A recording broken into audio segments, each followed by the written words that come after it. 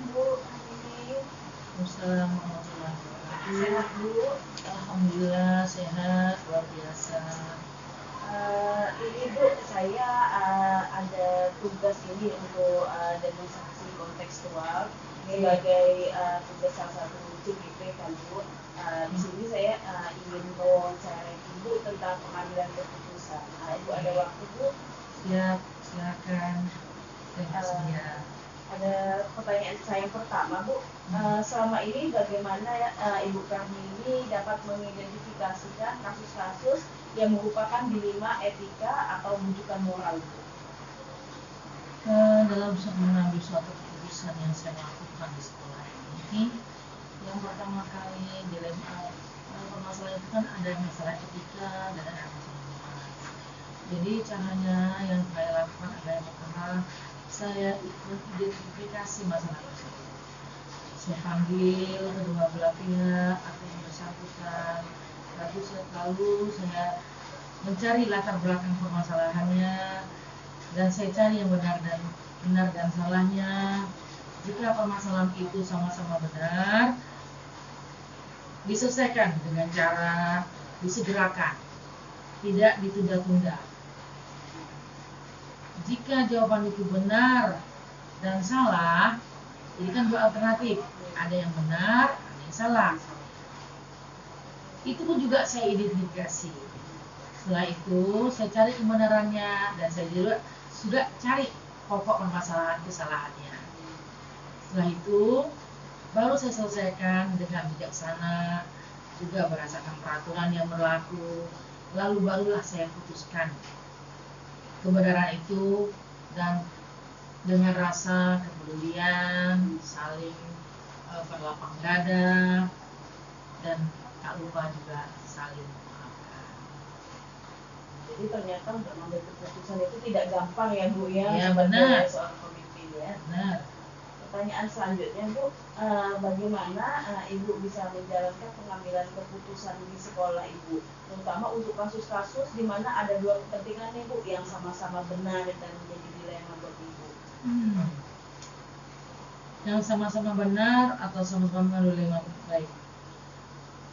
Di sekolah ini sangat-sangat banyak permasalahan, baik dari murid, dari sekolah, pribadi guru, dari masyarakat, bahkan dari dinas pendidikan. Tetapi dalam mengambil keputusan tersebut, jika sama-sama permasalahan yang mengandung nilai kebajikan, kita pilah dulu permasalahan tersebut, apakah masalah itu urgen dan harus diselesaikan dengan segera, ataukah ini tidak urgen. Setelah kita pilah-pilah, kita ambillah. Jika permasalahan ini adalah urgen dan harus diselesaikan dengan seksama, itu yang kita dahulukan. Kita dahulukan sesuai kebutuhan sekolah. Setelah itu, baru kita putuskan yang bisa diselesaikan. Jika keputusan pertimbangan itu, jika masalah itu masalah yang katakanlah belum urgen, masih bisa ditunda untuk hari esok atau lusa atau hari apa, itu kita pikirkan, tetap kita pecahkan, tetapi kita masih ada tenggang waktu untuk memikirkan apa yang harus kita lakukan. Berarti kan mungkin ya kita nyari fakta yang lama gitu ya Pak Bu, biar mengambil keputusannya tidak salah, kan gitu ya Bu ya? Bukan fakta, dalam arti begini, kita jika seandainya masalah itu sama-sama mengandung nilai kebajikan, tetapi ada yang urgen dan penting yang kita dulukan. Jika ini sama-sama baik, sama-sama memiliki kebaikan, tetapi ada yang kan suatu persoalan itu ada yang benar, yang harus didulukan, ada yang benar tapi bisa ditunda. Sama-sama mengandung kebajikan. Jadi kalau menurut saya pribadi, yang memang benar-benar harus dikerjakan dan urgen itu diselesaikan dulu. Jika permasalahan itu masih bisa ditunda, itu kita nomor duakan istilahnya begitu. Jadi tidak bukan fakta, maksudnya kita lihatlah, kita pilah-pilah dulu. Nah, gitu. Saking banyaknya dia masalah. Iya, karena masalah di sekolah itu banyak. Jadi kita pilah-pilah dulu. Semuanya ada yang baik, semua rata-rata baik, tapi kita harus pilih mana yang baik dan mana yang perlu didudukan. Jadi kira-kira langkah-langkah atau prosedur apa yang biasa Ibu lakukan untuk di sekolah Ibu ini? Langkah-langkah yang harus saya lakukan. Langkah-langkah yang selalu lakukan adalah pertama yaitu jika permasalahan ini bersangkutan dengan guru atau murid atau masyarakat, kita pertemukan dulu pihak-pihak yang terkait. Kita tanyakan, kita identifikasi masalahnya itu. Kita misalnya permasalahan ini dengan murid nih, contohnya nih, langkah-langkah yang saya lakukan itu pertama kita identifikasi masalah tersebut. Setelah itu dapat kita cari fakta permasalahannya, kebenarannya. Apakah ini benar? Apakah ini salah? Apakah ini perlu dibantu? Apakah tidak? Apakah segera dikerjakan ataupun tidak? Kita carikan solusinya. Sudah dapat solusinya, baru kita mengambil keputusan. Dan tidak pula lupa langkah itu kita menerima masukan dari kedua belah pihak sebelum kita mengambil suatu keputusan itu. Jadi kedua belah pihak kita tanyakan dulu kepentingan itu, masalah itu. Jadi kita tidak semena-mena. Pemimpin adalah pengambil keputusan, tapi keputusan itu harus bijaksana. Tidak menjolimi ya. Takutnya keputusan itu bisa menjolimi orang, membuat orang kecewa, setidaknya sakit hati. Jadi setidaknya kita harus pikirkan langkah-langkah apa dalam permasalahan itu yang harus kita pikirkan. Selanjutnya Bu, hal-hal apa saja yang selama ini Ibu anggap efektif dalam mengambil keputusan pada kasus di ilmu etika, Bu? Nah, ketika berhadapan dengan permasalahan di ilmu etika, yang namanya etika itu adalah kalau bahasa kita sekarang ini cuma santun lah. Itu kan baik itu murid, baik itu guru, baik itu masyarakat, baik itu komite, baik itu orang yang ada di lingkungan kita ini. Nah, ketika berhadapan masalah permasalahan yang kita hadapi dalam problem etika, itu ada 3 hal yang harus kita perhatikan. Yang pertama menurut saya nih, kita berpikir harus berbasis hasil akhir dengan menggunakan prinsip resolusi. Lalu kedua, kita orientasi pada aturan yang berlaku. Apakah ini mengenal peraturan ini, melawan, ataukah ini benar, bisa kita ikuti. Lalu yang ketiga, ini efektif mungkin kita gunakan. Jika peraturan itu tidak ada, kita tidak bisa merekayasa. Ya. Lalu yang ketiga, kita utamakan juga rasa peduli, kita berdiskusi, rasa kekeluargaan dengan pihak-pihak terkait seperti guru, komite, anak murid, dan lain-lain. Jadi ada 3 hal yang efektif sebelum mengambil keputusan menurut saya, yaitu kita berpikir secara efektif untuk mengetahui hasil akhirnya. Lalu yang kedua, kita harus berorientasi pada aturan yang berlaku di dinas pendidikan dan sekolah kita. Yang ketiga, kita harus tumbuhkan, selain kita mengambil keputusan itu juga ada rasa peduli. Ini siapa? Ini bahaya tidak? Ini bisa diselesaikan secara keluargaan tidak? Kita ajak dia berdiskusi. Kepedulian itu. Nah, kepedulian itu, sosial itu masuklah ke dalam sosialnya. Jadi tidak semena-mena, kita harus punya langkah yang paling efektif untuk mengambil suatu keputusan itu. Apalagi di sekolah ya Bu ya, berhadapan dengan masalah anak gitu ya, benar. dia belajar juga ya Bu ya. Benar. Selanjutnya Bu, hal-hal apa saja yang selama ini jadi tantangan Ibu dalam mengambil keputusan di BEM Etika Bu? Ya bagaimana ya, di sekolah ini kan kita ini berhadapan dengan orang, objeknya kita hadapan, langsung kita kerja itu. Yang namanya dengan objek itu berarti kita kan ada risiko. Nah, memang dilema ITK ini bukan kita saja di sekolah, di masyarakat, di sekolah, di pemimpin kita, di pejabat kita, di semuanya.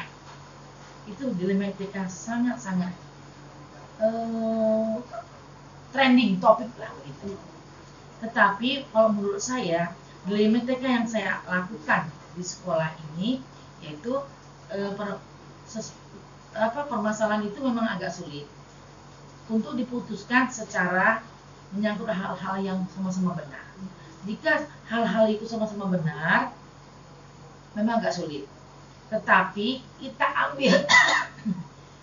ambil mana yang lebih efektif. Nah, mana yang lebih efektif dari permasalahan tersebut dengan tidak mengurangi pendapat dari orang lain, dengan tidak menjatuhkan. Kita terima masalah itu berdasarkan nilai-nilai yang berlaku, tidak bertentangan dengan aturan, lalu kita ambil keputusan mana yang kira-kira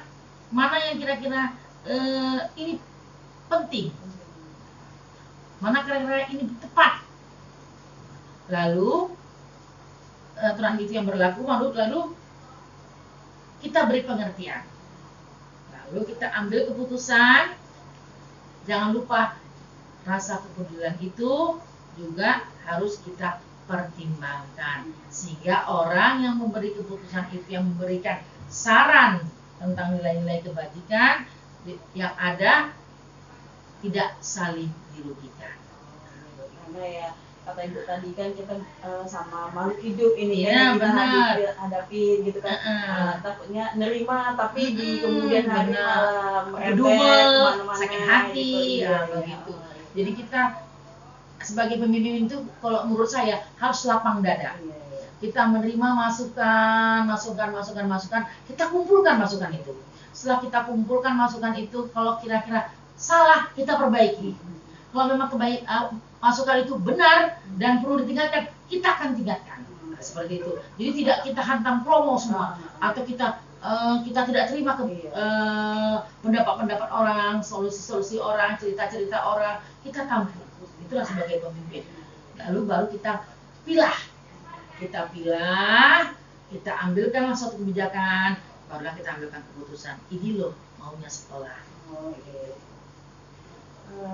Apa Bu yang nomor 6, menurut Ibu, tak kala ada jadwal tertentu dalam sebuah penyelesaian kasus dilema etika, apakah Ibu langsung menyelesaikan di tempat atau Ibu tunda dulu, atau seperti apa Bu kalau ada kasus seperti itu? Oke.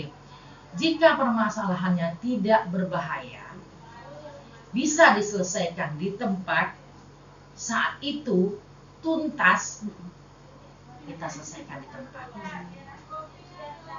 dengan tidak mengurangi norma-norma etika yang berlaku. Contoh, misalnya ada kasus anak ini terjadi perdebatan, sama-sama benar, tapi salah paham, salah komunikasi, sehingga terjadi perdebatan. Lalu kita selesaikan, bisa kita selesaikan di saat saya lagi tidak ada pekerjaan, saya akan selesaikan itu. Jika saya ada pekerjaan, saya akan tunda, mungkin berapa jam kemudian. Jadi begitu. Itu contoh-contoh kecil saja. Jadi tidak semua permasalahan itu harus saat itu juga. Jadi semua itu pada dasarnya permasalahan itu semuanya ingin cari yang terbaik.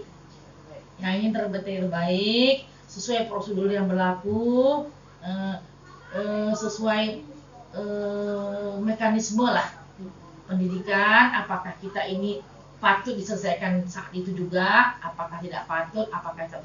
Jika masalahnya besar dan perlu dibicarakan, kita akan bicarakan dengan seksama, dengan penuh pertimbangan. Kalau itu sifatnya nilai-nilai kebajikan dan sifatnya itu sama-sama masalahnya sama-sama benar. Tidak mesti harus hal itu juga. Fleksibel berarti ya. Nah, Ibu, ya. benar. Selanjutnya Bu, adakah seorang atau faktor apa yang selama ini dapat mempermudah Ibu atau membantu Ibu dalam mengambil keputusan di kasus-kasus dilema etika, Bu? Faktor-faktor yang selama ini mempermudah atau membantu kita dalam mengambil keputusan yang serba. Nah, ada beberapa faktor. Bisa saja dari saya sendiri, bisa saja pendapat dari teman-teman, guru, bisa saja saya lemparkan permasalahan ini ke dinas pendidikan atau komite sekolah. Jika permasalahan ini tidak terlalu melanggar peraturan yang sangat-sangat tidak berbahaya, tidak mengkhawatirkan, insya Allah kita selesaikan sendiri. Mungkin bersama dewan guru ataupun saya sendiri mengambil keputusan dan bersama guru yang bersangkutan. Jadi faktor-faktor penyebab itu banyak. Jadi itulah kembali lagi saya katakan tadi, ada bisa dari wali murid, dari orang tua, dari guru, dari tetangga, dari masyarakat, dari pendidikan. Tetapi kalau seandainya untuk mempermudah pengambil keputusan, memang ada faktornya, beberapa faktor. Yang pertama, jika masalahnya itu bisa kita selesaikan sendiri dengan kepala sekolah dan guru kelasnya, kita ambil sendiri, selesaikan. Jika permasalahan itu mengenai pendidikan, mungkin saya akan mengambil keputusan dengan bertanya ke orang-orang tertentu seperti pihak-pihak dinas pendidikan atau teman-teman kepala sekolah. Nah, kalau memang masalahnya itu guru, mungkin kita akan bicarakan dengan guru tersebut. Jadi tidak kita hantam promo semua, tidak. Jadi tetap menilai dari pendapat faktor yang pendapat lainnya. Kita lihatlah permasalahannya bagaimana. Jadi ada beberapa faktor yang harus kita perhatikan. Masalahnya kita lihat, apakah masalahnya ini murid, ya dengan muridlah kita panggil. Masalahnya dengan guru lah kita selesaikan. Masalahnya dengan dinas pendidikan, dengan pendidikan kita bertanya. Ibu, dari semua hal yang telah disampaikan, pelajaran apa yang dapat Ibu petik dari pengalaman Ibu yang mengambil keputusan dilema etika, Bu? Nah, dalam mengambil dilema etika memang sangat berat dalam hidup saya selaku kepala sekolah. Kalau hanya prinsip dalam hidup saya mengambil keputusan dalam paradigma berpikir yang mengenai etika ini, Bu. Memang di kota Batam dan seluruh kota Indonesia yang namanya pendidikan ini sekarang ini sangat membutuhkan kerja keras guru, kepala sekolah untuk mengambil suatu keputusan. Karena apa? Karena banyaknya pengaruh gadget, komputer, modernisasi ini terlalu mempengaruhi siswa. Sehingga etika-etika itu banyak terjadi di sekolah, khususnya murid kita.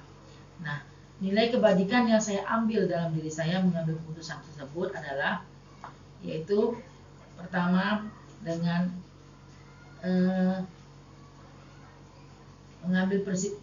Yang pertama yang saya lakukan itu mengambil prinsip keputusan, berpikir gimana ya? Kalau menurut saya gimana ya? Untuk mengambil nilai kebajikan ini adalah prinsipnya adalah yang pertama kita harus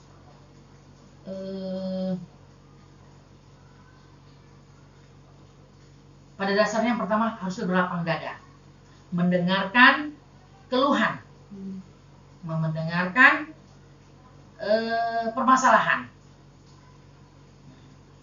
Jadi membuka semua solusi dulu, cara pandang orang beda-beda gitu, Bu, ya. Kita buka dulu, kita berlapang dada, kita menerima sesuatu itu, kita dengarkan dulu keluhan orang itu, kita baca dulu peraturan apa yang berlaku. Nah, kita sesuaikan dengan prinsip pendidikan yang ada di Indonesia ini. Kita lihat lagi kode etiknya yang bagaimana anak didik ini, guru dan sebagainya. Baru kita ambil keputusan. Sebagai seorang pemimpin, keputusan adalah tanggung jawab yang harus dilakukan seorang pemimpin menjadi sebuah keputusan. Memutuskan itu adalah tanggung jawab seorang pemimpin. Karena itu sangat-sangat dituntut oleh semua pihak. Sebagai itu tadi ya Bu ya, semuanya berlapang dada gitu ya Bu ya. Berlapang dada, menerima masukan, itu prinsipnya berlapang dada, menerima masukan, mendengarkan masukan, mendengarkan permasalahan, setelah itu diambil keputusan, karena keputusan adalah sebagai tanggung jawab seorang pemimpin. Apapun risikonya, seorang pemimpin harus bisa memutuskan apa yang harus diputuskan dalam suatu permasalahan yang dipimpinnya. Baik Bu, apa yang Ibu jelaskan itu merupakan ilmu dan manfaat bagi saya. Mungkin suatu saat kita sebagai guru kan berhadapan juga dengan murid, dengan orang tua gitu. Jadi besar sekali ilmunya yang sudah Ibu sampaikan buat saya. Terima kasih Bu atas waktunya dan ilmunya. Sama-sama Ibu, semoga apa yang saya sampaikan ini menjadi pembelajaran Ibu sebagai guru, karena pada prinsipnya seorang guru itu harus punya jiwa lapang dada. Karena problem hidup anak murid kita zaman sekarang ini dituntut guru sangat ekstra untuk bisa mengambil suatu keputusan di dalam kelasnya.